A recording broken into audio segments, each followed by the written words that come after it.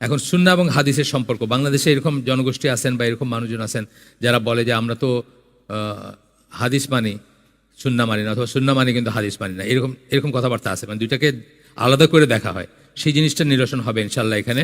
আমরা নজবিল্লা, আল্লাহ মাফ করুন, যখন প্রথম এই পথে হাঁটতে শুরু করছি তখন একটা গল্প শুনতাম, হাদিস হিসাবেই শুনতাম, যেটা টোটালি বানোয়াট, যে আমরা যে রাফিউদ্দিন করি এটা সাহাবীরা করতেন, আমাদের করার দরকার নেই। কেন? সাহাবীরা তো মূর্তি পূজক ছিলেন, তো তাদের অনেকের কোনো একটা মূর্তির প্রতি উইকনেস ছিল, তো সেই সব মূর্তিগুলো নাকি বগলে নিয়ে ওনারা নামাজ পড়তে চলে আসতেন, নজবিল্লা। কিন্তু এটা কিন্তু আমরা বিশ্বাস করছি একসময়, এখন নজবিল্লা বললে কি হবে? আপনাদের নজবিল্লা ঠিক আছে, আমার নজবিল্লার পিছনে মানে আমি কিন্তু একসময় বিশ্বাস করছি কেন? এই দেশের দাওয়াতি গোষ্ঠী যারা মেজর তারা এটা বলে বেড়াইতেছে, তা আমি সেখান থেকে বিশ্বাস করছি যে হইতেই পারে যে মানে একটা দুর্বলতা থাকতেই পারে। আমাদের জীবনের অনেক জ্ঞান ওইখানে সব থেকে আসে না? মকসুদুল মোমেনের, নিয়ামুল কোরআন, আমার মায়েরা পড়তো বিষাদ সিন্ধু, পড়ে কাইন্দা ভাষায় দিত একদম, কিন্তু এটা একদম শিয়াল লেখা এবং এটা পুরাপুরি বানোয়াট একটা গল্প, কিন্তু এটাও ওনারা রিলিজিয়াসই করতো। এই কথাগুলো বলতেছেন আর কি, যে ওইসব জায়গায় যেসব শোনা যায় সেগুলো না। বা আমাদের এখানে দাওয়াতি গোষ্ঠী যারা আছে তাদের যে বইগুলো পড়ে তারা কত গালগপ্প থাকে, কবর ফাঁক হয়ে গেল, কবর থেকে হাত বাইরে আসলো, আয়সার টাকা দিয়ে দিল আছে, আশায় রুটি দিয়ে দিল আছে, মানে আল্লাহ রসুলের কবর ফাঁক হয়ে গেছে, ওখান থেকে হাত বাইরে হয়ে গেছে। তো এই সমস্ত গালগপ্প এই বইয়ে যা আছে এগুলো হাদিস না আর কি।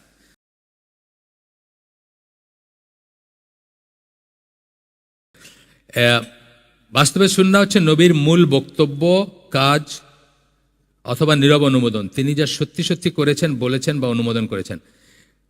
সুন্নাহটা বেসিক্যালি হচ্ছে কাজ, যে কাজটা করছেন সেটা, বক্তব্যটা একটা কাজ, তারপরে অ্যাকচুয়ালি একটা কাজ করে দেখাইছেন সেটা একটা কাজ, নীরবে অনুমোদন দিয়েছেন সেটা একটা কাজ, সত্যি সত্যি যা করছেন সেগুলা কাজ, বা বলছেন বা অনুমোদন করছেন। কিন্তু ওই কাজটা ইটসেলফ হচ্ছে সুন্নাহ। আর এই কাজটাকে যে বর্ণনার মাধ্যমে আসতেছে, যে আমি একদিন দেখলাম আল্লাহ রাসূল সাল্লাল্লাহু আলাইহি ওয়াসাল্লাম এই করতেছেন, বলেন না বর্ণনাতে আছেন, বা আমরা একদিন মসজিদে বসেছিলাম উনি এটা করলেন, সেটা হচ্ছে হাদিস। এটা দেখবো ডেফিনিশন ওয়াইজ দেখবো এখানে।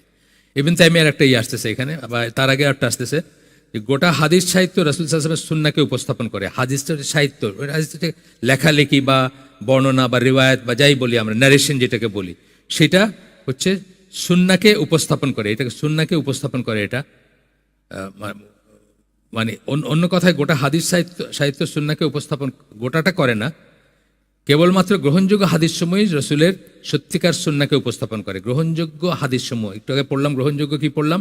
সহিহ এবং হাসান, গ্রহণযোগ্য পড়লাম, সেটাই কিন্তু সত্যিকার সুন্নাহকে উপস্থাপনে চিত্রায়ন করে। যেমন ধরেন উনি আমরা আগে পড়বো, সামনের দিকে পড়বো, রাসূল সাল্লাল্লাহু আলাইহি ওয়াসাল্লাম ঘুমাইলে তার হালকা নাক ডাকতো, এটা হাদিসে পাবেন, কিন্তু এটা কিন্তু সুন্নাহ না, নাক ডাকানো সুন্নাহ না। আপনার চেষ্টা করে নাক ডাকানোর কোনো করা নাই, হ্যাঁ এটা আছে।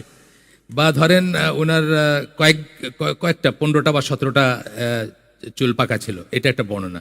এখন আপনি কষ্ট করে 15টা, মানে এটা কোনো সুন্নাহ না, এটা হচ্ছে তার একটা বৈশিষ্ট্য করলাম, কিন্তু হাদিসে কিন্তু এটা হাদিস। তাইলে এটা একটা ব্যাপার। কিন্তু আবার ওই জিনিসটার কথা মনে রাখবেন যে সুন্নাহ হচ্ছে বিষয়টা, যে কাজটা, যে কথাটা, যে অনুমোদনটা, এইটা, আর তার বর্ণনাটা হচ্ছে হাদিসটা। এটা হলো হাদিসের সুন্নাহর ভিতরে সম্পর্ক।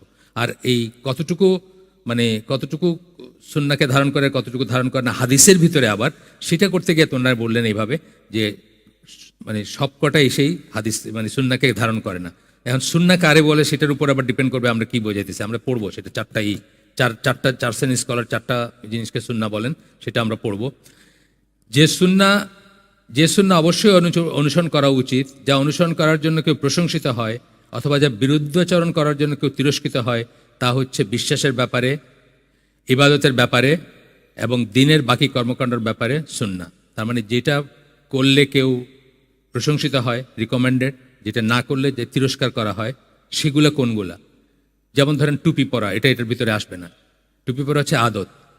এই ধরনের আরও অনেক জিনিস আছে, যেমন এই চুল রাখা, বাবড়ি চুল। আমার দেশে দেখা যায় যে অন্য কোনো সুন্নাহর প্রতি খুবই নাই, বাবড়ি চুলের দিকে খুব একটা টান আছে, হ্যাঁ তাই না? মানে খুব, আমি আমাদের দিনী ভাইদের ভিতরে কিছু আছেন, তাদেরকে বলছে রাখেন, কিন্তু একজন সৌদি স্কলারে দেখছেন বাবড়ি চুল আছে, দেখেন নাই। তার কারণ হচ্ছে বাবড়ি চুল এখন অন্য একটা মিনিং দাঁড়ায় গেছে। জেমসের আছে, মাইকেল জ্যাকসনের আছে, ধরেন বাবড়ি চুল দুনিয়াতে একটা অন্য মিনিং চলে আসছে না এখন, সেই মিনিং যেখানে আছে সেখানে বাবরি চোরের ব্যাপারটা অন্য হয়ে যাবে। তা আমি ইসলামকে একটা ফতোয়া আছে, ওটা আমার দিনী ভাইদের দিছি, যেখানে এক ধরনের না করেন নাই, কিন্তু বলছেন যে এটা চিন্তা করা উচিত, যে এর চেয়ে অনেক ইম্পর্টেন্ট জিনিস আছে, বা এটা একটা আদতের ব্যাপার ছিল। যেই সমাজে উনি বসবাস করতেন ওই সমাজে এটা একটা প্রচলিত ছিল, সবাই রাখতো বা অনেকেই রাখতো, সেই জন্য সেখানে রাখছেন। এটার কোনো রিলিজিয়াস ইম্পোর্ট নাই, এই জিনিসটা বুঝতে হবে। আচ্ছা, তাহলে কি বললেন? কিসের ব্যাপারে? বিশ্বাসের ব্যাপারে, ইবাদতের ব্যাপারে এবং দিনের বাকি কর্মকাণ্ডের ব্যাপারে রাসূলের যে সুন্নাহ সেটা। এবং যেসব সুন্নাহ সম্বন্ধে জানার একমাত্র উপায় হচ্ছে ওই সমস্ত হাদিস যেগুলো তার কাছ থেকে এসেছে বলে নিশ্চিত, অর্থাৎ সহিহ বা হাসান হাদিস, যেগুলো নিশ্চিত তো বা অ্যাকসেপ্টেবল হাদিস তার কাছ থেকে আসছে বলে আমরা শিওর, সেগুলোর ভিতরে আমরা পাবো যে এই ব্যাপারগুলো কি, অর্থাৎ এই আকীদার ব্যাপারে কি, ইবাদতের ব্যাপারে কি, দিনের বাকি ব্যাপার কর্মকাণ্ড, ওযু কিভাবে করবেন, নামাজ কিভাবে পড়বেন, হজ কিভাবে করবেন, জাকাত কিভাবে, যা কিছু আছে, এমনকি কিভাবে ঘুমাইতে যাবেন, ছোট থেকে ছোট, বড় থেকে বড় সব কিছু। এখানে নাসিরউদ্দিন আলবানী এই সম্বন্ধে বলছেন যে যেসব সুন্নাহর, আমরা এই উদ্ধৃতিগুলো হুবহু পড়তেছি, যেসব সুন্নাহর ইসলামিক আইনের সেরকম গুরুত্ব রয়েছে সেগুলো হচ্ছে হাদিস বিশারদ এবং বর্ণনাকারীদের মতে যেগুলো শুদ্ধ পদ্ধতি ও প্রসিদ্ধ সুস্থ ইসনাদের মাধ্যমে রাসূলের কাছ থেকে আমাদের কাছে এসেছে বলে নিশ্চিত, সেগুলো হচ্ছে এই ইসলামী আইনে সেগুলোর গুরুত্ব। এই বইটার নাম কি? সুন্নাহর কর্তৃত্ব ও মর্যাদা, দলিল হিসাবে সুন্নাহর গ্রহণযোগ্যতা। এই পুরা বইটার কি কথা হচ্ছে দলিল হিসাবে সুন্নাহর গ্রহণযোগ্যতা। সুন্নাহ কত বড় দলিল, সুন্নাহ যদি আমাদেরকে আদেশ করে সেটা কি ফরজ নাকি, এই বুঝটা, যে সুন্নাহ আদেশ করলে সেটা ফরজ, সুন্নাহ নিষেধ করলে সেটা হারাম, এই বুঝটা আমাদের দেশের অনেকের নেই, দুনিয়ার অনেকের নেই। অনেকে মনে করেন যেটা কোরআন থেকে আসবে সেটা ফরজ, যেটা সুন্নাহ থেকে আসে সেটা করলে ভালো, না করলে কোনো সমস্যা নাই, এটা মনে করেন। এইটাই প্রচলিত বেশি, যে রিকমেন্ডেড যে জিনিসটা, কিন্তু এইটা ভুল। এবং নবী ইন্ডিপেন্ডেন্টলি আইন প্রণয়ন করতে পারেন, ইন্ডিপেন্ডেন্টলি শরিয়ার বিধান প্রণয়ন করতে পারেন, ইন্ডিপেন্ডেন্টলি হালাল বা হারাম করতে পারেন। এই রাইটটাকে দেওয়া হয়েছে, এই অধিকার তাকে দেওয়া হয়েছে, এই মর্যাদা তাকে দেওয়া হয়েছে। এই বুঝটা আমাদের অনেকের ভিতর নাই বা অনেকের ভিতর সন্দেহ আছে, যে জন্য আমরা আর্গু করি। এবং এই পথ ধরে একসময় কোরআনীয়নরা বলে যে সুন্নাহ মানার কোনো নাই আর কি। হ্যাঁ, এইটা নিয়ে আমাদের পড়াশোনাটা হচ্ছে এইটা নিয়ে। এই বইটা হচ্ছে এটা নিয়ে যে দলিল হিসেবে সুন্নাহর গ্রহণযোগ্য। সুন্নাহ যদি একটা জিনিস বলে যে ডুইট, মানুষ হিসাবে, আপনার আমার মতো মানুষ হিসেবে উনি কতগুলো কাজ করছেন, বাথরুমে গেছেন বা বিয়ে করছেন বা সংসার করছেন, নিজের বোতাম সেলাই করছেন, এগুলো হচ্ছেন কতগুলো মানুষ হিসেবে কতগুলো কাজ করছেন, কতগুলো কাজ আবার রিলিজিয়াস কারণে করছেন বা রিলিজিয়াস, এটা সাহাবীরা কিন্তু এর ভিতরে ডিফারেন্সিয়েট করতে পারতেন। আমরা দেখছি এখানে যে সাহাবীরা অনেক সময় জিজ্ঞেস করছেন এটা কি ওয়াহিদ মাধ্যমে আসছে আপনার কাছে নাকি আপনি নিজের মন থেকে বলতেছেন। তখন আল্লাহ রাসূল সাল্লাল্লাহু আলাইহি ওয়াসাল্লাম বলছেন না, এটা আমি আমার মত বললাম। তখন তারা এটার বিরুদ্ধে বা এটার এগেইনস্টে গিয়ে বলছেন যে তাহলে আমার মতে এটা করা উচিত। যেমন বদর যুদ্ধের সময় উনি যেখানে ক্যাম্প করবেন বলছেন, আল্লাহ রাসূল সাল্লাল্লাহু আলাইহি ওয়াসাল্লাম একজন সাহাবী জিজ্ঞেস করছেন যে এটা কি ওয়াহির মাধ্যমে আসছে নাকি আপনার মত? বলেন না, এটা আমি আমার এমনি মানুষ হিসাবে আমার মত আর কি এটা। তখন বলছেন আমার মনে হয় ওই জায়গাতে ক্যাম্প করলে ভালো হয়, তাইলে আমরা ওই পানির উৎসটাকে নিজেদের ভিতরে নিয়ে করতে পারবো। কাফেরদের একটা দুর্বলতা থাকবে যে তাদের পানির কোনো সাপ্লাই থাকবে না। আল্লাহ রাসূল সাথে সাথে এগ্রি করছেন এবং ওই জায়গায় গেছেন। তাহলে এইটাকে এখানে মানুষ হিসাবে বলছেন, এটা কিন্তু নবী হিসাবে ওয়াহির মাধ্যমে বলেন নাই। কিন্তু ওয়াহির মাধ্যমে বললে সেটাও সাহাবীরা বুঝতেন, তখন সেটাতে আর কোনো ব্যাপার না। বা কিন্তু অনেক সময় তারা জিজ্ঞেস করছেন, আমরা একটা গল্প বলছি না এখানে, যে কৃতদাসের গল্প, সেই রাসূলকে জিজ্ঞেস করছে যে আপনি কি আমাকে আদেশ করতেছেন নাকি সুপারিশ করতেছেন? তা আল্লাহ রাসূল বলছেন যে না, আমি সুপারিশ করতেছি। তখনই সে বলছে যে তাহলে এটা আমার দরকার নেই। মানে যদি আপনি আদেশ করতেন আমি মাইনে নিতাম, কিন্তু আপনি যদি সুপারিশ করতেছেন মানে মানুষ হিসাবে আমার কাছে আরেকজনের হয়ে রিকমেন্ড করতেছেন, আমার এটা দরকার নেই। তো এটা কিন্তু তারা বুঝতেন, আমরাও সেটা বোঝার চেষ্টা করবো যে কোন জিনিসটা নবী হিসাবে বলছেন, কোন জিনিসটা সাধারণ জীবনের একটা অংশ হিসাবে বলছেন, সেটা আমরাও দেখব। আচ্ছা, কোরআনিক তফসিরের বিভিন্ন পুস্তকে, ফিকের বিভিন্ন বইয়ে, উপদেশের বিভিন্ন বইয়ে, অন্তরকে কোমল করা এবং শাসন করার লক্ষ্যে লিখিত গল্পের বইয়ে ইত্যাদিতে যেসব পাওয়া যায় এগুলো সেসব নয়। আমাদের জীবনের অনেক জ্ঞান ওইসব থেকে আসে না। মকসুদুল মোমেনের, নিয়ামুল কোরআন, আমার মায়েরা পড়তো বিষাদ সিন্ধু, পড়ে কাইন্দা ভাষায় দিত একদম, কিন্তু এটা একদম শিয়াল লেখা এবং এটা পুরাপুরি বানোয়াট একটা গল্প, কিন্তু এটাও ওনারা রিলিজিয়াসই করতো। এই কথাগুলো বলতেছেন আর কি, যে ওইসব জায়গায় যেসব শোনা যায় সেগুলো না। বা আমাদের এখানে দাওয়াতি গোষ্ঠী যারা আছে তাদের যে বইগুলো পড়ে তারা কত গালগপ্প থাকে, কবর ফাঁক হয়ে গেল, কবর থেকে হাত বাইরে আসলো, আয়সার টাকা দিয়ে দিল আসে রুটি দিয়ে দিল আসে, মানে আল্লাহ রসুলের কবর ফাঁক হয়ে গেছে, ওখান থেকে হাত বাইরে হয়ে গেছে। তো এই সমস্ত গালগপ্প এই বইয়ে যা আছে এগুলো হাদিস না আর কি। আচ্ছা, ওইসব বই অনেক দুর্বল, প্রত্যাখ্যাত এবং জাল হাদিস রয়েছে। নাসিরউদ্দিন আলবানী হয়েছেন কেন, এটা তো বলছি আপনাদের। ইয়াহিয়া উলুমুদ্দিন ইসের লেখা, ইমাম গাজ্জালির লেখা বই, এই বইটা উনি যখন পড়ে উনি দেখলেন যে এই বইতে অসংখ্য ভুল জিনিস আছে, এবং এই বই হচ্ছে তার নাসিরউদ্দিন আলবানী হওয়ার পিছনে একটা বড় কারণ। এটা পড়ে উনি ঠিক করছেন যে না, তাহলে তো একটা কিছু করতে হয়।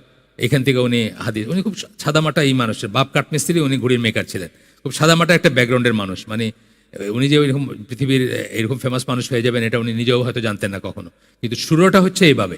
যে একটা বই পড়ে আপনি দেখলেন যে দিনের নামে একটা বই চলতেছে, এখনও ওই ইহয়া উলুমুদ্দিন এই দেশে খুব ফেমাস একটা বই, বাট এটা যে সবটুকু রিজেক্টেড তা বলতেছি না আমি, কিন্তু ওইটাতে অনেক ওইরকম হাদিস ছিল, ভুল হাদিস ছিল বা দুর্বল হাদিস ছিল, যেই জন্য উনি কিন্তু হাদিসের গবেষণাতে মনোনিবেশ করেন এবং শেষ পর্যন্ত নাসিরউদ্দিন আলবানী হয়ে মৃত্যুবরণ করেন।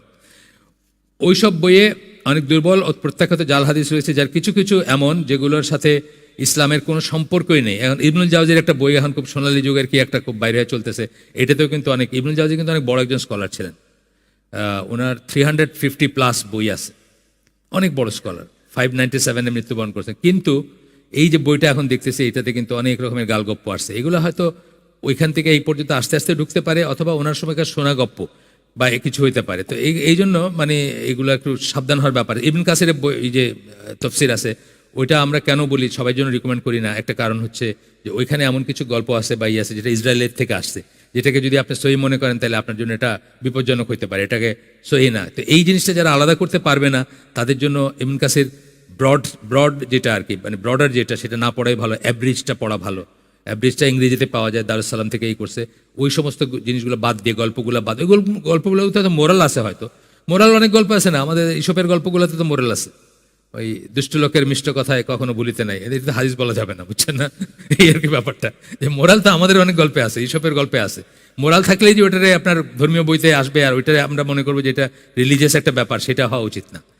আচ্ছা, এরপরে বলতেছেন যে সম্পর্ক নাই। জ্ঞানী ব্যক্তিগণ, বিশেষত যাদের মতামত বক্তব্য জনসাধারণের মাঝে ছড়ায়, তাদের জন্য এটা অবশ্যকরণীয় যে কোনো হাদিসের সত্যতা সম্বন্ধে সম্পূর্ণ নিশ্চিত না হওয়া পর্যন্ত যেন তারা হাদিসের ভিত্তিতে যুক্তিতর্ক উপস্থাপন না করেন। সেই হাদিসের ভিত্তিতে আপনি নিশ্চিত হইতে হবে যে এটা ইসে। যেমন আমরা নজবিল্লা, আল্লাহ মাফ করুন, যখন প্রথম এই পথে হাঁটতে শুরু করছি তখন একটা গল্প শুনতাম, হাদিস হিসাবেই শুনতাম, যেটা টোটালি বানোয়াট, যে আমরা যে রাফিউদ্দিন করি এটা সাহাবীরা করতেন, আমাদের করার দরকার নেই। কেন? সাহাবীরা তো মূর্তি পূজক ছিলেন, তো তাদের অনেকের কোনো একটা মূর্তির প্রতি উইকনেস ছিল, তো সেই সব মূর্তিগুলো নাকি বগলে নিয়ে ওনারা নামাজ পড়তে চলে আসতেন, নজবিল্লা।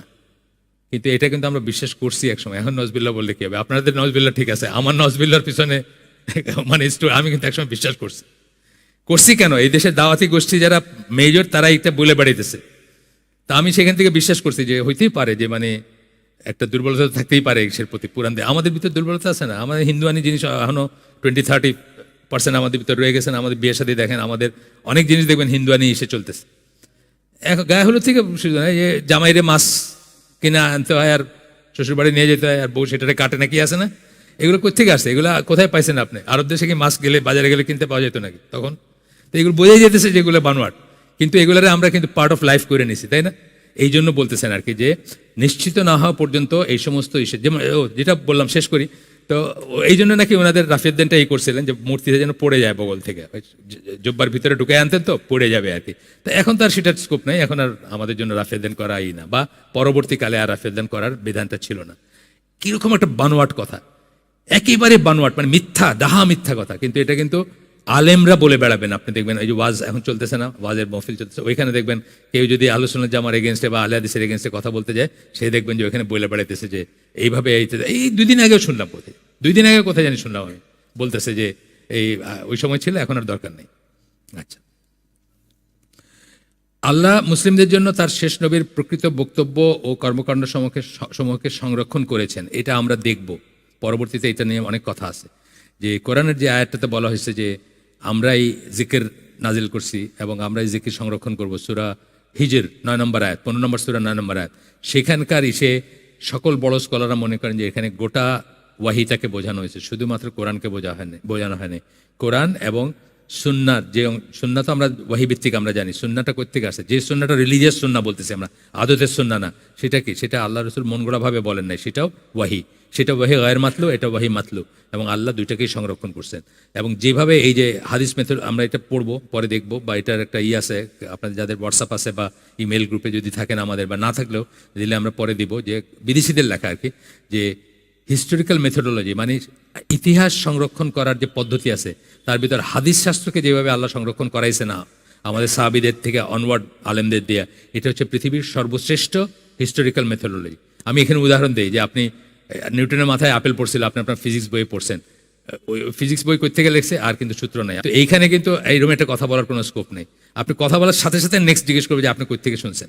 মানে নাসিরুদ্দিন আলবানী বা এর যারা যারা পরবর্তীকালের মাসুর হাসান সালমান যাদের কথা বললাম, যারা হাদিস বর্ণনা করেন, তারা কিন্তু যখন একটা স্কলারলি মজলিসে বসবেন, পুরা চেইনটা বা তাকে যদি চ্যালেঞ্জ করা হয় পুরা চেইনটা বলবেন, ওনার থেকে নিয়ে রাসূল সাল্লাল্লাহু আলাইহি ওয়াসাল্লামের মুখ পর্যন্ত পৌঁছানো পুরা চেইনটা বলবেন। এটা একটা ইউনিক ব্যাপার আর কি।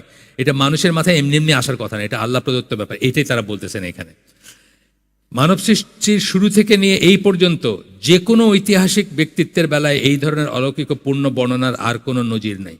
আল্লাহ রাসূল সাল্লাল্লাহু আলাইহি ওয়াসাল্লামকে একটা বই আছে, as if you can see him, রাসূলের একটা সিরা আছে, ছোট্ট সিরা, কিন্তু বর্ণনাটা এমন যে আপনি যেন তাকে দেখতে পান। আসলে এত বেশি তার সম্বন্ধে বর্ণনা আছে বা এত বেশি তার ব্যাপারেই আছে এবং এত অথেন্টিক ইসে আছে, চেইনে আছে, যে আপনি মানব ইতিহাসে আর কোনো ব্যাপার নাই এরকম, আর কারো ব্যাপারে নাই। এবং আপনারা জানেন তো যে খ্রিস্টিয়ানরা বা ইহুদিরা, বিশেষ করে খ্রিস্টিয়ানরা, তাদের দিনকে সম্পূর্ণ হারায় ফেলছে বলতে গেলে। তার একটা রিজন হচ্ছে তারা তাদের নবীর সুন্নাহ প্রিজার্ভ করে নাই। তারা জানেও না কি তাদের নবীর সুন্নাহ কি।